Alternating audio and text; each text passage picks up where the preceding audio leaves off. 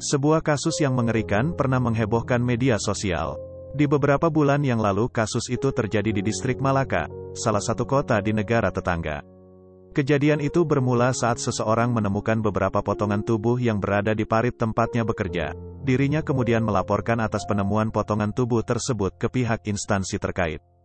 Setelah pihak instansi terkait itu datang, mereka kemudian menyisir tempat kejadian. Mereka dikejutkan ternyata potongan tubuh itu berjumlah sekitar 10 bagian tubuh manusia. Dari ciri-ciri yang masih bisa dikenali, pihak instansi kepolisian mengungkapkan bahwa korban mutilasi itu adalah seorang wanita dan seorang anak. Beberapa potongan tubuh tersebut kemudian dibawa oleh pihak instansi kepolisian untuk diidentifikasi lebih lanjut. Kurang dari 1 hari, pihak instansi terkait akhirnya berhasil mengetahui identitas kedua korban mutilasi itu. Kedua korban mutilasi itu bernama Nur Fazira dan Muhammad Imran Ashraf. Diketahui bahwa Nur Fazira adalah seorang ibu rumah tangga yang berusia sekitar 27 tahun dan Muhammad Imran Ashraf yang ternyata adalah anak dari Nur Fahira tersebut berusia sekitar 10 tahun. Pihak kepolisian kemudian melakukan penyelidikan atas kasus mutilasi ibu dan anak itu. Mereka meminta keterangan dari beberapa keluarga terdekat korban. Dan setelah melakukan serangkaian interogasi, pihak kepolisian menyimpulkan satu pelaku di balik kasus sadis mutilasi ibu dan anak itu. Pelaku ternyata adalah orang yang paling dekat dengan kedua korban. Pelaku tersebut kemudian diringkus di rumah tempat tinggalnya. Pelaku itu diketahui bernama Sahrul Nizam Julaini, seorang pria yang berusia sekitar 30 tahun. Awalnya si pelaku tersebut tidak mengakui atas perbuatan jahatnya membunuh kedua korban dengan sadis. Namun setelah dilakukan interogasi dan terdapat juga beberapa bukti yang kuat, si pelaku Nizam akhirnya mengakui bahwa dirinya sudah membunuh anak dan istrinya dengan sadis memotong tubuh korban menjadi 10 bagian. Lalu sebenarnya, apa motif dari pelaku tersebut hingga dengan tega membunuh anak dan istrinya itu dengan sangat kejam? Sebelum saya melanjutkan kisah dan kronologi dari kasus ini, terlebih dahulu saya ingin mengajak kita semua untuk berdoa agar kasus dan kejadian sadis ini tidak menimpa kepada kita dan keluarga terdekat kita. Kisah ini terjadi pada sebuah keluarga kecil yang berada di kota Malaka di negara tetangga Malaysia. Keluarga itu terdiri dari suami dan istri yang memiliki kedua orang anak yang masih sangat kecil. Si suami itu bernama Sahrul Nizam Julaimi dan si istri bernama Nur Fazira. Kehidupan dari sepasang suami istri itu berjalan dengan harmonis. Penghasilan dari Sahrul Nizam Julaini terbilang cukup untuk menghidupi kehidupan keluarga kecil itu. Nur Fazira juga dikenal oleh para tetangga sebagai seorang istri yang nurut terhadap suaminya. Bahkan sepasang suami istri itu dianggap oleh warga sekitar sebagai sosok pasangan yang menjadi panutan. Karena setelah sekian lama hidup bersama para tetangga di sana tidak pernah mendengar keributan yang terjadi terhadap mereka. Dalam beberapa postingan di media sosial, Sahrul Nizam juga sering membagikan momen kebersamaan dari keluarga kecilnya.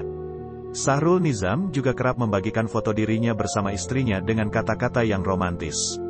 Kata-kata yang mencerminkan rasa cinta yang begitu besar Sahrul terhadap istrinya.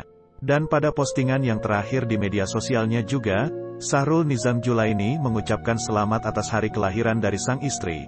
Sahrul Julaini mengucap rasa syukur atas diberikan umur yang panjang, dan merasa bahagia sudah menjalani kehidupan selama beberapa tahun dengan istrinya itu. Beberapa teman terdekat bahkan dari pihak keluarga tidak menyangka bahwa postingan dari Sahrul Nizam Julaini adalah postingan yang terakhir sebelum menuju detik kematian dari sang istri. Postingan dari Sahrul Nizam Julaimi itu terjadi pada pagi hari, dan kejadian yang sadis dan mengerikan itu, dirinya lakukan pada sore menjelang malam hari. Menurut keterangan dari Sahrul Nizam Julaini di kantor kepolisian, dirinya merasa menyesal sudah melakukan pembunuhan terhadap istri dan anaknya yang baru berusia 10 tahun. Sahrul Nizam Julaini mengakui bahwa dirinya hilaf karena sebuah emosi yang memuncak di dalam pikirannya saat selesai merayakan pesta kecil atas perayaan hari kelahiran dari sang istri. Ada sedikit kesalahpahaman yang terjadi di antara mereka. Kesalahpahaman itu memang adalah masalah yang belum diselesaikan di beberapa hari yang lalu, dan tidak disangka masalah di beberapa hari yang lalu itu muncul kembali menjadi pemantik pertengkaran di antara mereka. Emosi dari keduanya tidak bisa dihindarkan. Keegoisan itu nampak terlihat jelas saat mereka adu mulut merasa salah satu di antara mereka adalah yang paling benar. Ternyata dari kesalahpahaman itu berubah menjadi pertengkaran yang hebat di antara mereka. Nur Fazira dengan keadaan yang sudah di luar batas, kemudian berkata yang tidak pantas terhadap suaminya itu. dirinya dengan segala emosi yang memuncak tidak sadar telah berucap merendahkan harga diri dari suaminya. Sahrul Nizam Julaini kemudian benar-benar marah terhadap Nur Fahira itu. Ucapan dari sang istri yang benar-benar merendahkan harga dirinya, memantik emosi di dalam dirinya yang di luar batas. Sahrul Nizam Julaini selanjutnya memukul wajah dari istrinya dengan cukup keras. Nur Fahira juga tidak tinggal diam. Dirinya melakukan perlawanan dan membalas perlakuan dari sang suami. Pada saat itu dirinya juga sedang berada pada puncak amarah yang tinggi. Setiap perlawanan yang dirinya lakukan terhadap suaminya itu adalah sebuah kata cacian dan makian. Sahrul Nizam Julaini kemudian kembali memukul wajah dari istrinya. Kali ini pukulan dari dirinya terhadap istrinya itu berulang kali dan membabi buta, sampai istrinya terjatuh dan sudah tidak sadarkan diri. Sahrul Nizam Julaini karena sudah tergoda oleh bisikan-bisikan setan, kemudian mengambil sebilah pisau, dan selanjutnya menghujamkan pisau itu ke beberapa tubuh dari Nur Fahira. Nur Fahira sempat melawan dan berteriak meminta pertolongan, namun karena tusukan demi tusukan menghujam tubuhnya seketika itu Nur Fahira langsung tidak bernapas. Teriakan dari sang istri itu terdengar oleh anak pertama dari Sahrul Nizam Julaini. Anak itu kemudian menghampiri ibunya yang sudah terkapar dan menangis sambil memeluk ibunya itu. Sahrul yang sudah tertutup hati nuraninya dan takut kejadian ini akan terbongkar kemudian membunuh anak pertamanya itu di samping ibunya yang terlebih dahulu sudah tidak bernafas. Kemudian membawa istri dan anaknya itu ke sebuah ruangan bawah tanah di rumah tempat tinggalnya. Di ruangan tersebut kesadisan dan kekejaman dari Sahrul Nizam sulit untuk dipercaya. Setelah melakukan pembunuhan terhadap istri dan anak pertamanya itu, dirinya kemudian memutuskan untuk memotong beberapa bagian tubuh dari mereka. Dirinya takut dan tidak ingin kejadian yang mengerikan tersebut diketahui oleh pihak dari kepolisian, dan dengan memutilasi istri dan anak pertamanya itu adalah cara yang terbaik menurutnya untuk menghilangkan jejak atas kasus pembunuhan itu. Setelah selesai melakukan mutilasi terhadap korban, dirinya kemudian memasukkan potongan tubuh tersebut ke dalam mobil miliknya, dan selanjutnya Sahrul Nizam Julaini membuang potongan tubuh itu ke sebuah parit di sekitar hutan yang lumayan jauh dari tempat tinggalnya. Sahrul Nizam Julaini kemudian membersihkan bercak darah yang masih tersisa di rumah tempat tinggalnya.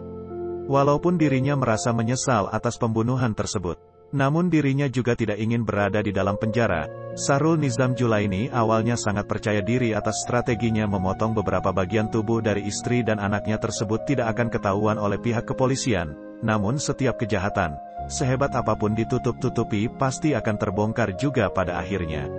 Sahrul Nizam Julaini ditangkap pihak kepolisian dari Malaysia dan Singapura, dan dirinya divonis 15 tahun kurungan penjara atas kesalahan yang membunuh dan memutilasi kedua korban.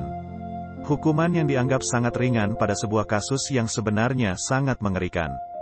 Namun hukum tetap menjadi hukum dan di akhirat nanti hukum itu abadi pada hukum Sang Pencipta alam semesta. Semoga pada kasus ini kita mengambil sebuah pelajaran yang sangat bermakna. Bahwa setiap permasalahan ketika diselesaikan dengan amarah dan emosi, pasti akan terjebak pada situasi yang di luar akal dan pikiran.